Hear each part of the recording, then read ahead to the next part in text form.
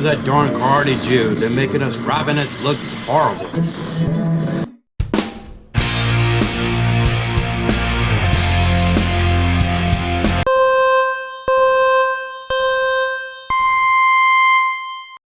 If you've enjoyed this program, please click like and subscribe. Shalom and welcome again to another exciting edition of the Torah Watchman Show International. Hosted by none other than Hakam Yair ben-Emmett of Springfield, Maryland, United States of America. A country that I sacrificed so much in support of national security for our country and my service record with the United States Air Force, Air National Guard, Reserves, you name it, I did it for about 20 years or more, and deployed all over the world. I'm originally a Gulf War veteran. You remember the original Iraq War and everything else? Saddam Hussein. Yeah, I'm giving you clues in my age. But anyway, I hope everyone's done well. For this lecture, we're having Torah Parsha cycle. And this one is due, at least in this leap year, in the month of Sivan, the 15th, the year of 5784. However, if you're a Cardi Jew, you're probably counting different. The Hebrew calendar system for Cardi Jews is a lot different than rabbinical calendar because they think we had 4 New Years. Cardi Jews think we only had 1 New Year beginning in the month of Pesach. Well, if you keep the Cardi calendar, we actually, in this leap year, we're the 4th month, okay? Anyway, to get that funny business off the side, let's get started. Turn with me to the book of Numbers, Bamidbar, chapter 8, verse 1 through chapter 12, verse 16. Quite a few Sidra verses to read here. I'll give you an aliyah summary, a brief synopsis. I hope everyone's been well again. Who is my target audience? Quickly before I get started, B'nai Noach. Of course, my brothers and sisters around the world among Cardi Judaism. And also the Orthodox Jews out there, Reform, Reconstructionists, indifferent, whoever you are, even Christians or whatever. If you want to learn more about the Hebrew Bible, the true Emet Truth Bible, the 5 books of the Torah, the 5 books of Moshe, the Tanakh, and the sacred writings, you turn to the right channel on YouTube. Please click subscribe and personal notify so you can help grow my user base up to 1,000 subscribers, and then I can actually get a benefit from Google. I really can. Did I say I have a 501c3 business? Yes. For tax-deductible charitable organizations. At this time, I'm taking all the money out of my pocket to give wonderful mitzvah, joyous funds to Jews in Uganda and Noahides, ben Noach, and Andhra Pradesh, India. Okay, I've already done many videos about these people around the world. My company supports, Jews and Noahides around the world to try to uplift them to the same quality of life that we take for granted in the United States of America.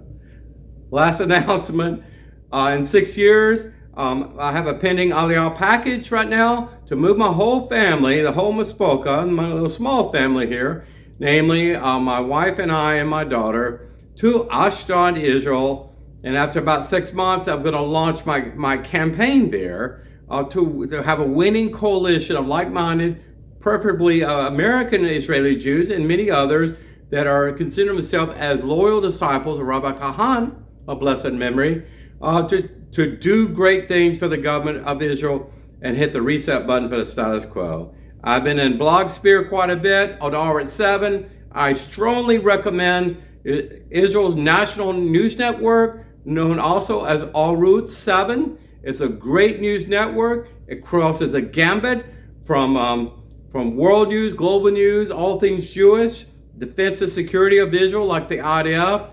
We can keep up with what's happening in the war in Gaza Strip, and also Judaism. And also there's some yeshiva links too, if you'd like to learn that. And there's a lot of good content. It's just really good content.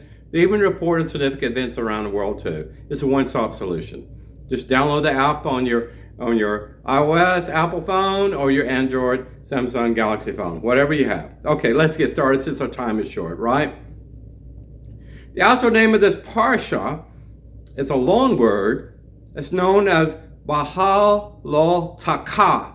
This essentially means when you raise, okay? This as an action, a verb, a very descriptive imagery. When you raise your hand and say hello, or when you want to get someone's attention to stop, like a traffic cop, that kind of thing, or you raise your hand like Jews are very animated with their hand, to animate what they're trying to say and stress a very important point. Like Moshe's appeals and admonishments to the nation of Israel that's rebellious and stiff-necked as they were at that time. They're quite stubborn and stiff-necked today in Israel, but to our advantage, though, it keeps the Jew alive. Am Yisrael High. So as a general overview, quickly, Yehovah instructs Aaron concerning the tabernacle menorah lighting. This is critically important. Precise instructions, blueprints that were given previously for the construction of menorah had to be hammered out in one gold piece. It cannot be welded together. Like it is the shape of a 7-branch candelabra. People think it was a V shape or more of a U shape, whatever. But the main thing, it had seven branches, and the candelabra stand was quite tall, we believe, to the point where Aaron may have had a stepping stone. I'm not sure how tall Aaron was, but he was the primary person there as the Kohen Gadol that was given the wonderful honor of lighting the temple, the Mishkan menorah. Okay, so we'll talk about that. We'll talk about the second Passover. Incidentally, we passed that point in the month of May. Briefly, second Passover for those people that simply didn't have a certified Pakal lamb ready on the first of Nisan, or the month of Pesach, and Goshen, Egypt. They were allowed a second opportunity, which is wonderful, and as an exception, just shows you that Yehovah makes exceptions for our human weaknesses and failings. Because we were forbidden, and at least in the desert during that time, 3,500 years ago, to have Pesach again until they actually were in the homeland of Canaan, which has not occurred yet, okay? And there's a lot of debates right now, especially led by Carthage Jews. Should we even celebrate Passover in the diaspora at all? Because this is a pilgrimage festival. It's also a high holiday, and it's also about living in Israel. I just told you, with the single exception of the second Passover, the Jews were not allowed to celebrate Pesach until they were in the land of Canaan, or the land of Eretz Israel later on. Okay? So we got that out of the way. Next thing in our synopsis here, Moshe makes 2 trumpets and instructed how and when to use them. Primarily, the trumpet was used for war, or to announcing the coming of the Ark of the Covenant, was always led in battle. The Torah, the 10 Commandments inside of the Ark of the Covenant, the Ark of Testimony. When the Israel was traveling, the trumpet would sound before them to let them know that God was on their side and God was standing by to defend the nation of Israel. Ceremonially, the shofar is blown also. Shofar, simply a trumpet, means the same thing as a ram's horn, a rather large ram's horn, and they're quite expensive. I spent $75, American greenbacks, and mine is about this size here. Now, Carthage Jews don't believe in blowing a shofar at any time unless you're in Israel or in the turning point where it says the Feast of Trumpets, in that festival during the time of Rosh Hashanah and that time of the year in autumn. However, if you're in Israel, you'll hear the shofar blown every single Shabbat, right on the sunset before Shabbat began, especially heralding the beginning of a holiday or a good Yom Tov. Okay? To each their own. Okay? It is a quintessential symbol of Judaism, just like the menorah is. Now, the Israelites leave Mount Sinai. I already told you about this before. They set up camp because the Lord told them to go and leave the original place that they were assembled after everything was inventoried and built through the implementation plans and blueprints given to Moshe and Aaron and the Levitical priest and the chief elders of Israel. Okay? So you remember the inauguration ceremony, 12-day period.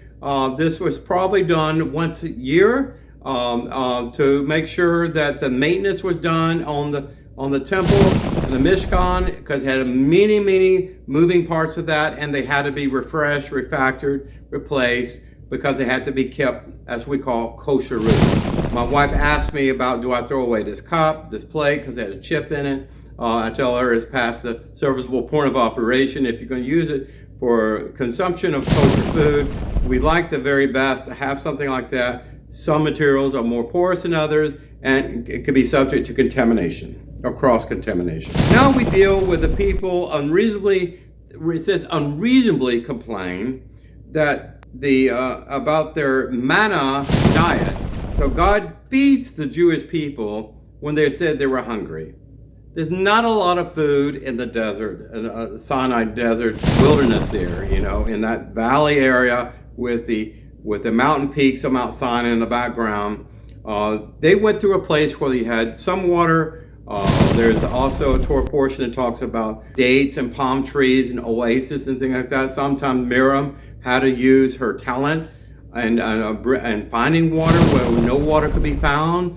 All these things, as far as food, is very limited, but God did not want Israel to put them in a fertile place in the desert. They don't notice, for one thing, they would not want to leave there and go to Canaan and conquer the Canaanites there and then set up tribal Israel. Second of all, they would be dependent on the land instead of God of Shamayim.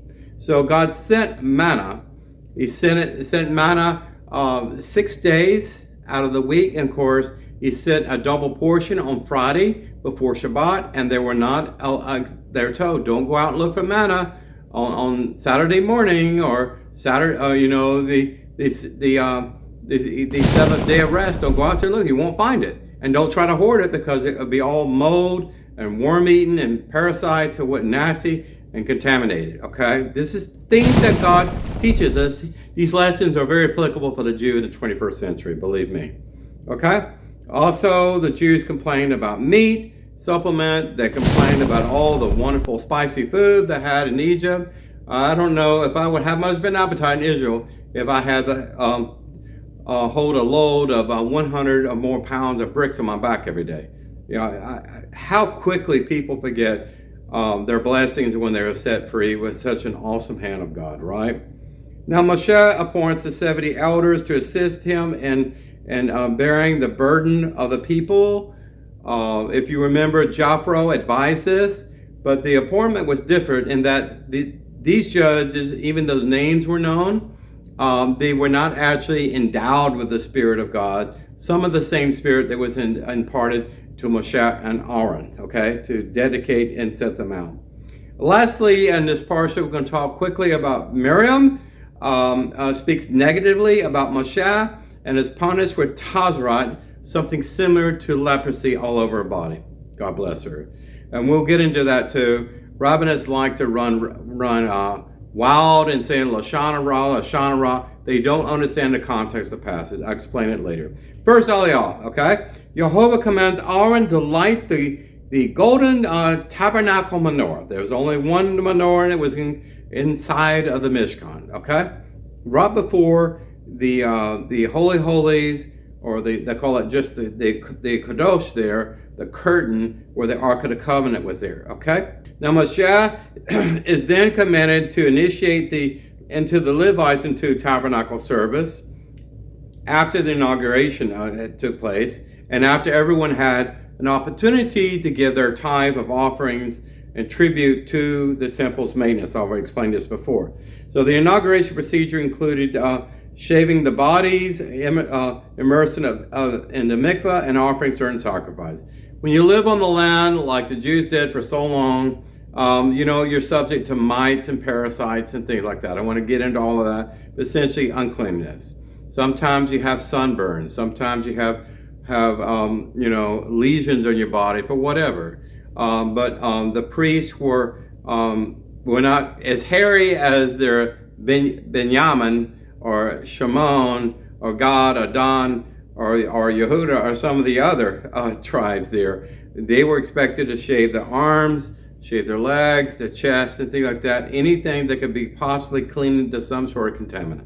That's what it was about for temple worship, temple service, okay? Because they had an intimate connection with Jehovah, with the divine creator. The immersion of mikvah is well known. Mikvah, again, for anyone that's not Jewish out there, mikvah essentially means spring water.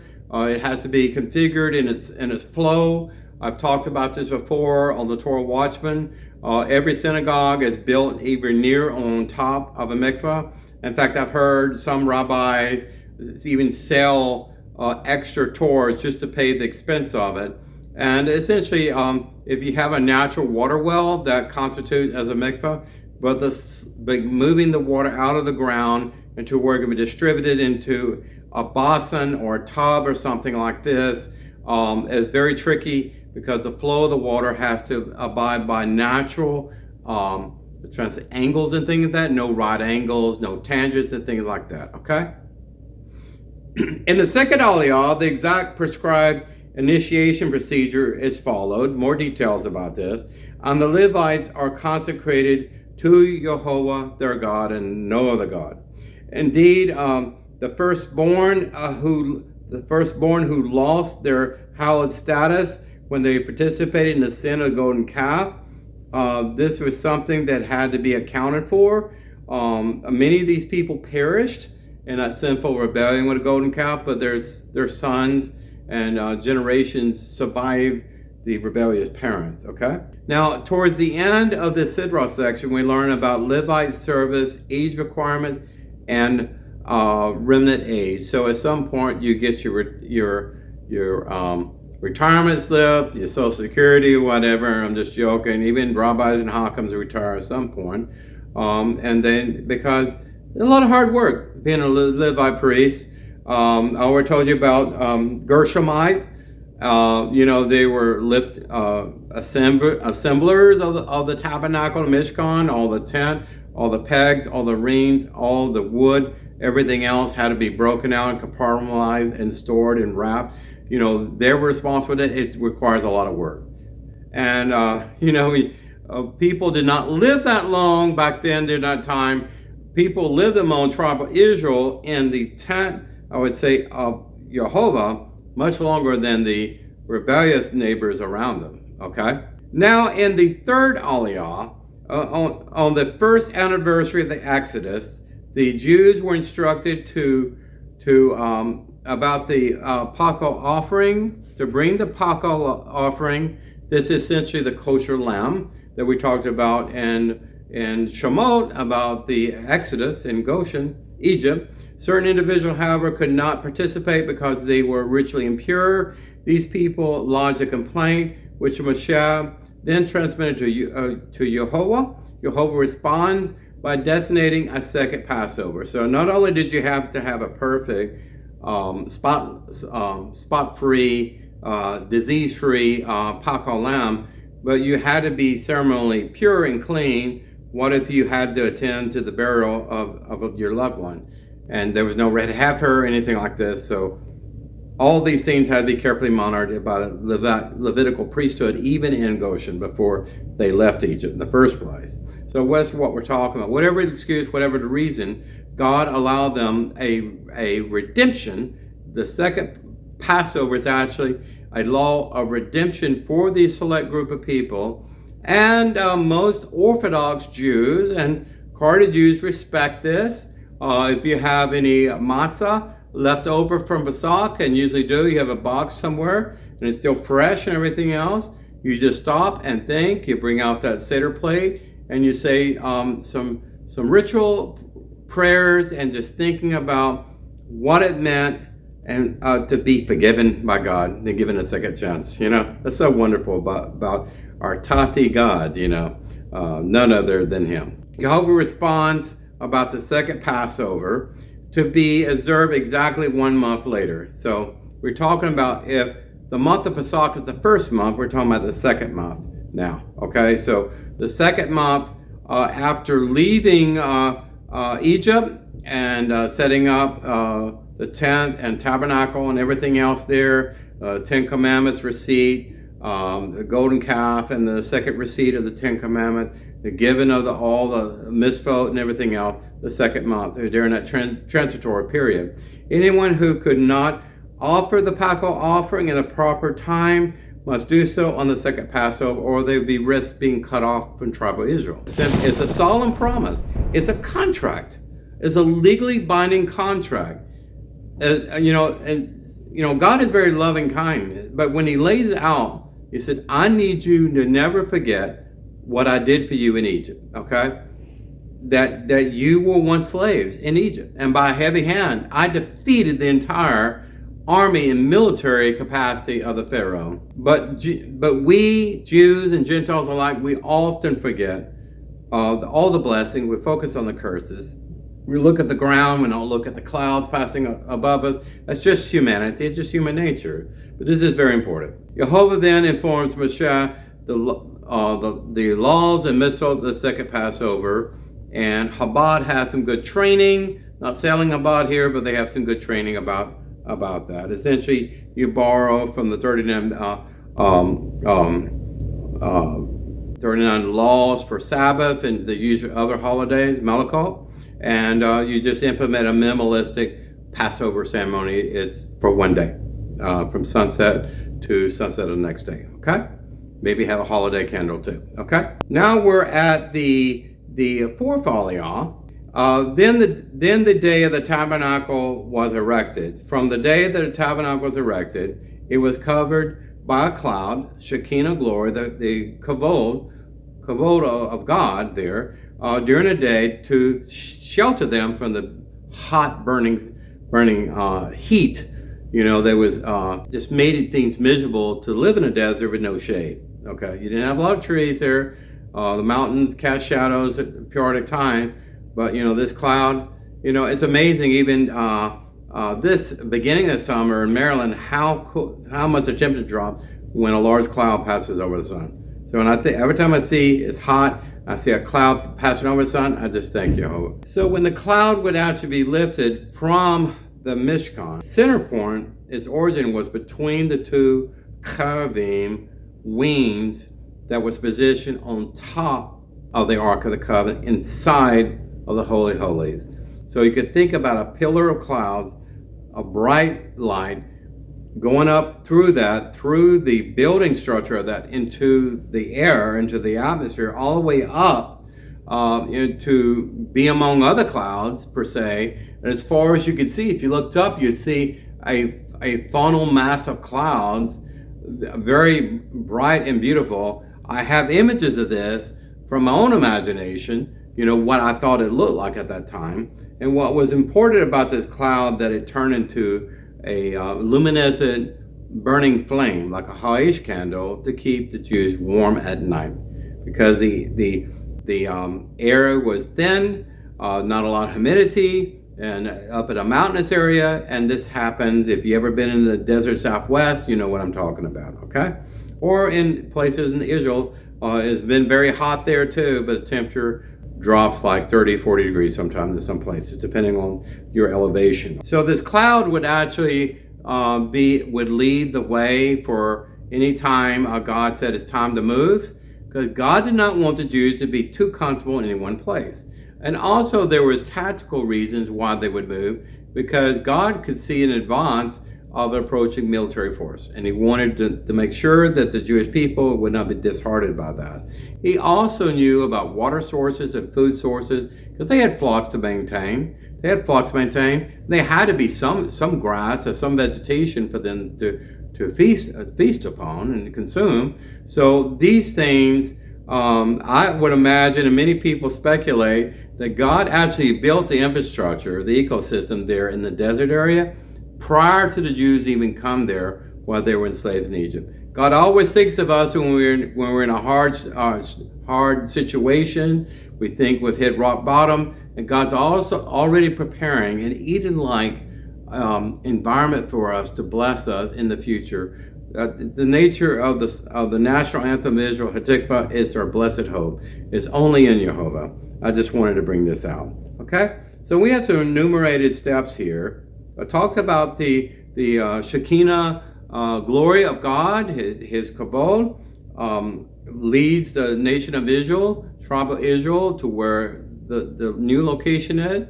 I have an image here to show you what it looks like here. Now, this section also discusses Moshe's 2 silver trumpets. So they actually melted down silver and then coated the shofar with that, because they were used only for temple service. And my research in Judaism, they also do something very similar. They only use silver-plated shofars, and they're probably very limited in how they use or blown. Okay, I like to stay in practice myself. I'm sorry. Okay, so number one, to assemble the nation on its or its leaders, it was established laws for that. Number two, the shofar blast to signal the beginning of a journey, like let's go, like a recall or a muster point, that kind of thing. Also, the shofar would be blown when the Jews went into battle. Now, there were more than just one shofar. There was probably many. And the Levitical priests, I envision, and maybe a dozen or more of them, had these silver trumpets, as they call them, or ram's horn. And you can imagine the sound, how beautiful that would be. And the echo chamber in the wilderness, like, it would just be awesome. The sound ricocheting off the mountain. Just use your imagination, okay? Yeah, I thought it was very wonderful. The way it's detailed in the fourth aliyah is very beautiful. Okay, the fifth aliyah. Nearly 1 year after the Jews arrived in Mount Sinai, the cloud rises from the tabernacle, their anniversary, signaling the impending departure. I don't know the process behind this or how long it took, but the tabernacle was dismantled and they traveled in formation as outlined on our last week's Torah Parsha. Okay, so you imagine it's probably an entire day of work that it took to disassemble and then put everything in the carts. You had to put them in ox-driven carts or some sort of donkey carts or something, to that huge load of materials and everything to move it. It probably took some time, and they had to end sacrificial offering to allow that to happen, because everything had to be clean and broken down, maybe immersed in mikvah waters, etc., etc. So what's interesting here, it says in the fifth aliyah, the tabernacle was dismantled and they traveled in formation as outlined in the last Torah, in that they had standards or banners or flags for each tribe, and they were leading their way forward against their people. They had to be accountable for everyone, both men, women, and children, so that no one's left behind, no one gets hurt along the way. You could hurt your ankle or something like this, but there was complete accountability for this, okay? And up-channel reporting from the elders of Israel. Moshe pleads with his father-in-law Jethro to join them on the journey to the land of Israel. But this time it says actually Jethro left and went back to his family, his domain in Miriam, which is very interesting. So as far as timing and the chronology of the Torah and the stories and accounts here, is not always chronologically in sequence, like chapter 1, chapter 2, chapter 3. It jumps around because of points of interest and criticality of teaching lesson. Torah is a teaching book, and sometimes teaching the truth is more important than keeping things in a straight line and row in a sequence like that. That may be easier listening or reading, but even though it's historical significant, it's more significant and the quality of teaching less material that was applicable for the Jews during that time and where they were located, okay? So in the sixth aliyah, no sooner than the Jews start traveling, and it probably took several days for this, and they started complaining. First, they complained about the artist's journey, Some people speculate the Jews didn't even have to change their sandals out while they're in the spirit and influence of Jehovah. But then they complain. And then they grumble about the manna that they had received in the past, expressing a desire to eat meat. Yeah, the manna's okay. Yes, you can make about a dozen different recipes from one product, manna. It was like a very wafer thin kind of material, like snowflakes or seeds. But when you group together, you can make almost like dough and bread and things of this nature. You could repurpose that. Maybe have a matzo ball soup. Who knows? But it probably had a B vitamin in it, probably had a multivitamin in it, and it gave the Jews everything they needed. Think about an astronaut. They used to take Tane in orbit and all these liquid things they drink and all that through a straw, and just pure nutrition. And I think God was using manna for that purpose.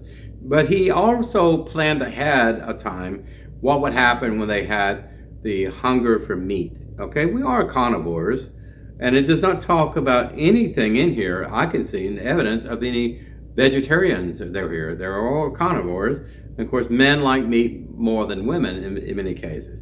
So they started complaining about the manna is getting old. We're tired of the manna. We want some meat. And of course, Moshe took all these complaints before the elders, the Levitical priests, and of course, namely Yehovah from the tent of meeting. The 70 elders assisted Moshe in many tasks. They were also blessed in a divine way. I want to include this here. It's not in the summary, but I know it by memory. Is that these 70 elders that were chosen with the help of Jethro before he left, they actually received prophecy, a spirit of anointing that allowed them to speak prophetic utterances in their language everyone could understand. And other people heard the prophecy from that, and they started prophesying too. And they heard that because they were caught in the shadow of that anointing.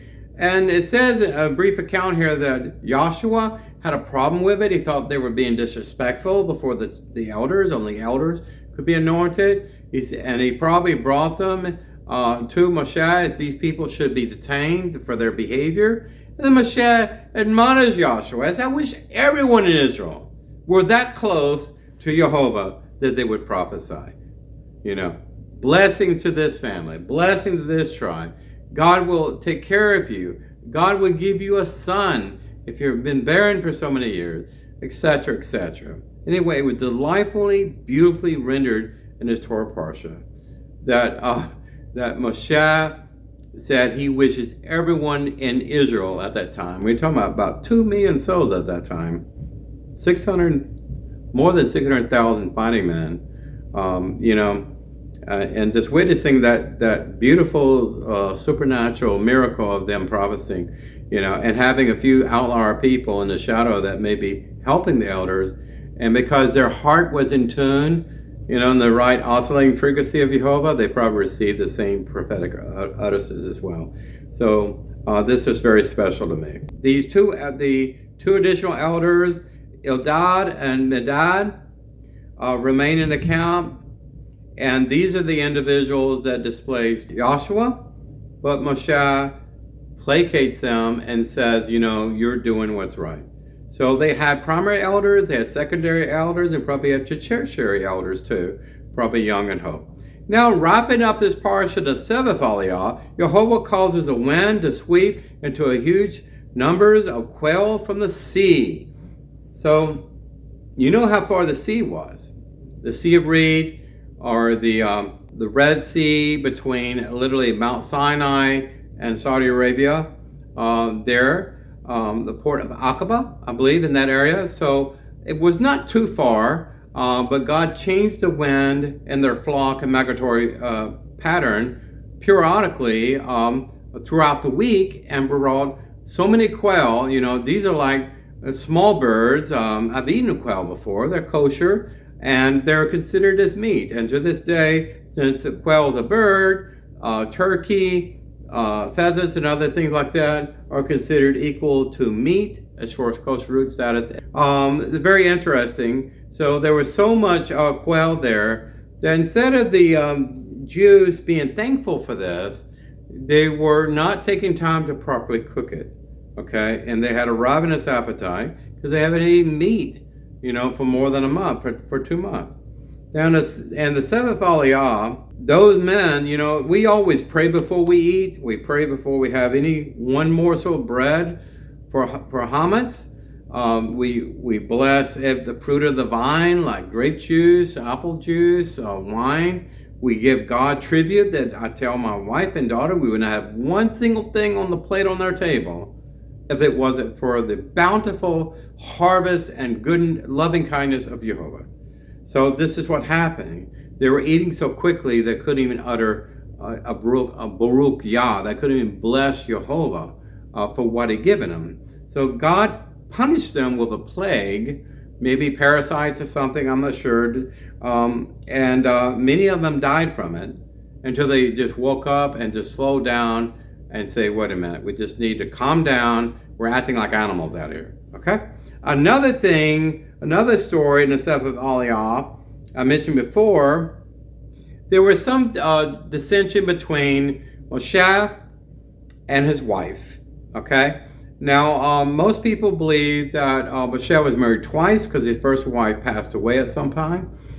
And I'm not sure who she was at this time. But the point is that Moshe, because he had been elevated so much, you remember he had to put a cover over his face after the second time he went to Mount Sinai, that his countenance was transformed into an angel, angelic, and people couldn't even look at his face. His brother couldn't even look at his face. Miriam couldn't look at his face. Unless he had that veil there to hide that countenance, the shine of his face. So at that time when his Nefesh Yehudi was reconfigured, he pretty much put God priority above everything, even his own family. He was called to the ministry of Jehovah and the teaching of the Torah and the implementation of the Torah. And then as a CEO, company manager of a great nation like this, he probably slept alone praying in his own tent, apart from his wife. Well, Miriam, evidently, I don't know if his wife complained to the sisterhood there, or Miriam, Miriam was actually a manager of the sisterhood, of the matriarchs. She listened to them, she intervened in their behalf, she probably checked if there was need for nadah and cleansing and mikvah and things of this nature. She probably was the social networking aspect of all women. But anyway, you have a grapevine in every culture and society community. And so what happened, long story short, she spread ill will between Moshe and his wife, and Aaron and the rest of the tribe of Israel, that he was not taking care of his wife properly. He was attending to her needs, whatever that may be. But the thing happened is that Miriam was probably spreading rumor and gossip and not factual information. In other words, she thought she knew exactly what was happening within the privacy of Moshe's marriage, when it was actually none of her business. And God would not allow any dissension at all against his chosen. There was always rumors of rebellion in Israel. Remember the Korach rebellion and everything else? God did not want anyone to get in front of Moshe, take his place, or lower his countenance, because only Yehovah elevated Moshe and gave him the countenance as his representative, as his soul's ambassador before the people. Miriam had Tazarat. Aaron pleaded to Moshe to go to Yehovah and have her healed, and she was healed, and I think she was put outside of the tents of Israel in a quarantine area for 7 days. She was eventually healed of this disease. Problematic here is that rabbis like to use word lashon at the drop of the hat. Now, you have several sins about using your mouth too much, like talebearers. That is gossiping.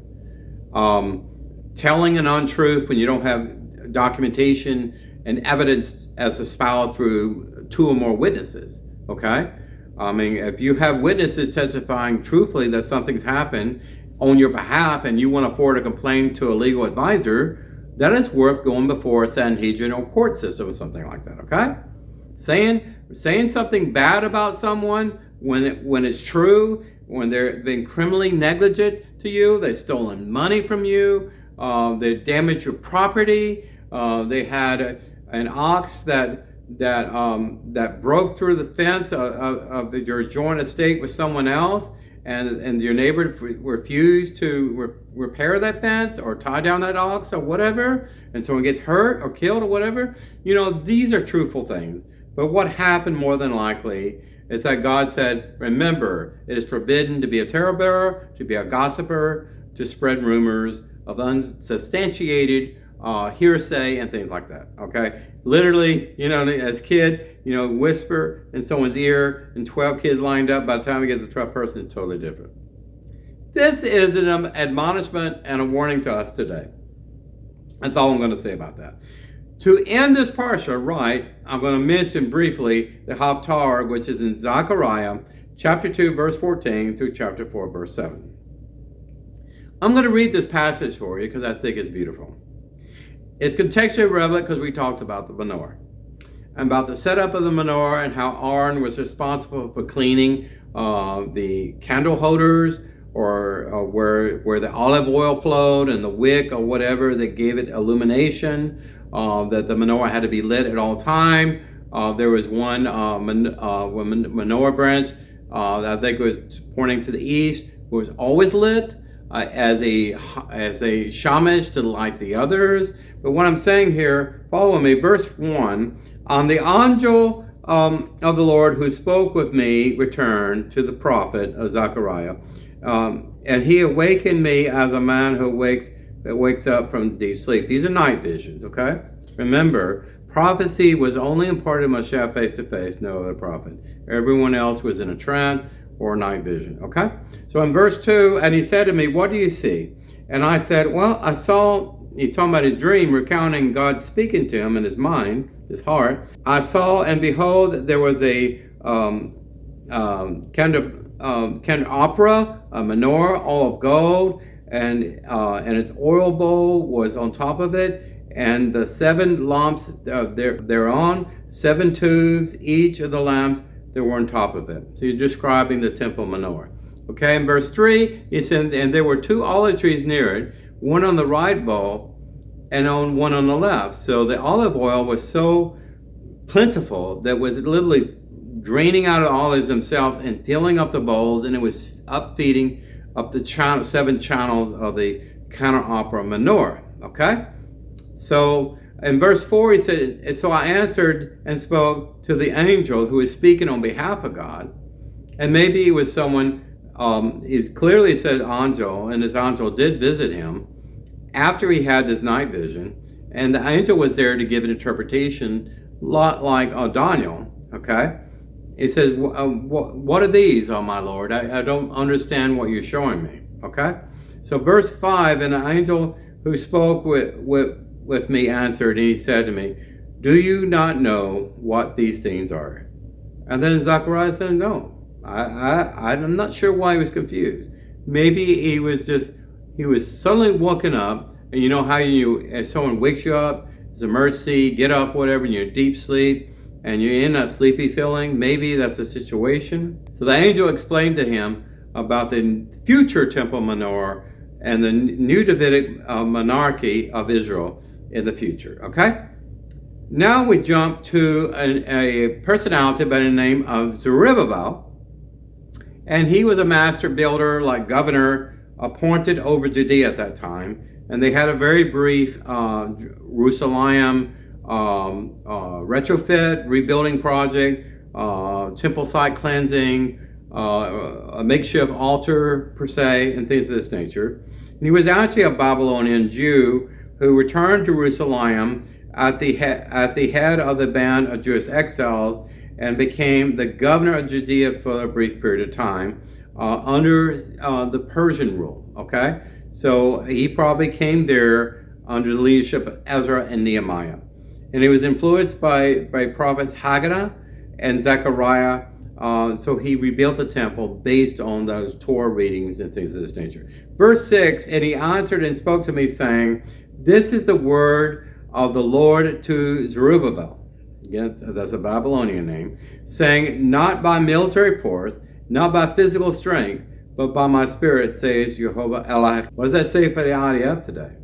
With all their military prowessness, technology, aerial vehicles, satellite-guided missile, and everything else that they have, and all their combat experience, you will find God's Spirit in ways you cannot imagine. In the mightiest of people, you may not see God. You may say, God is surely with this person. Remember, King David was just a shepherd boy.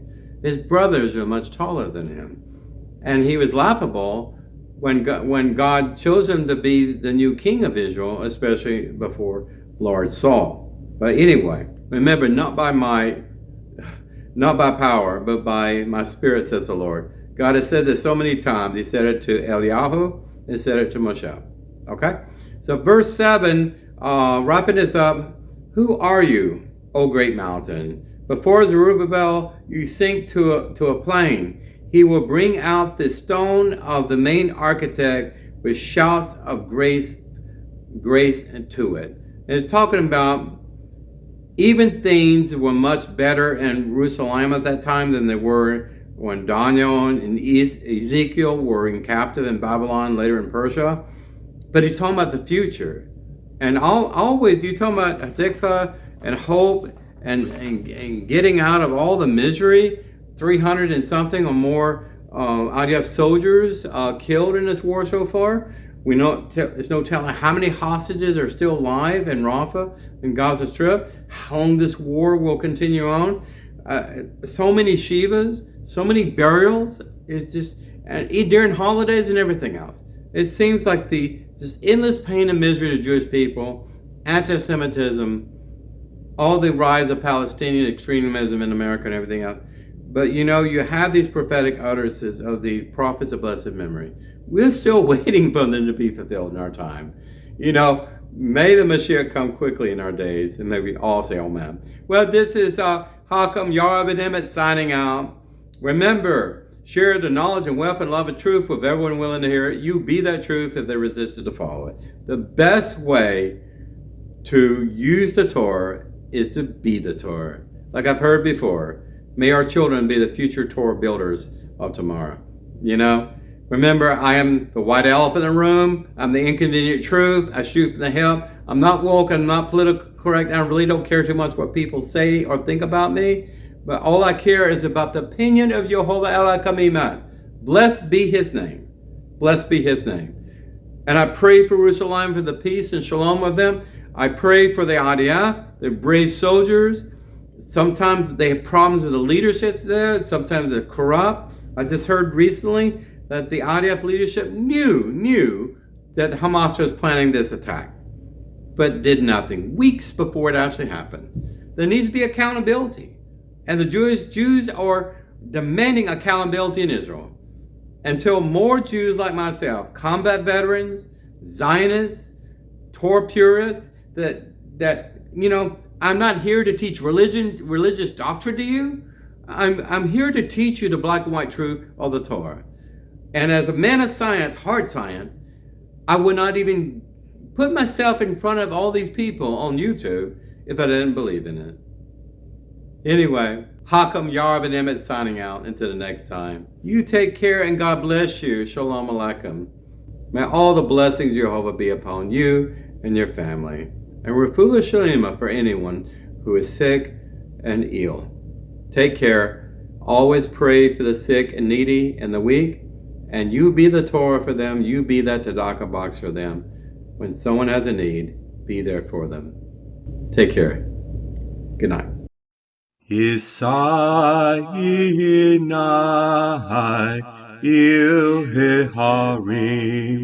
Meyayin Yahavo Azri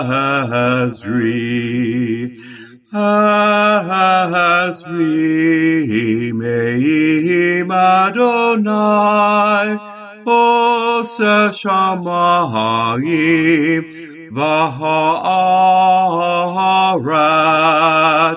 El Yotain L'mat Ragleach El Yonun Shomreach Hine Alakdum V'le Yishan Shomer Yisrael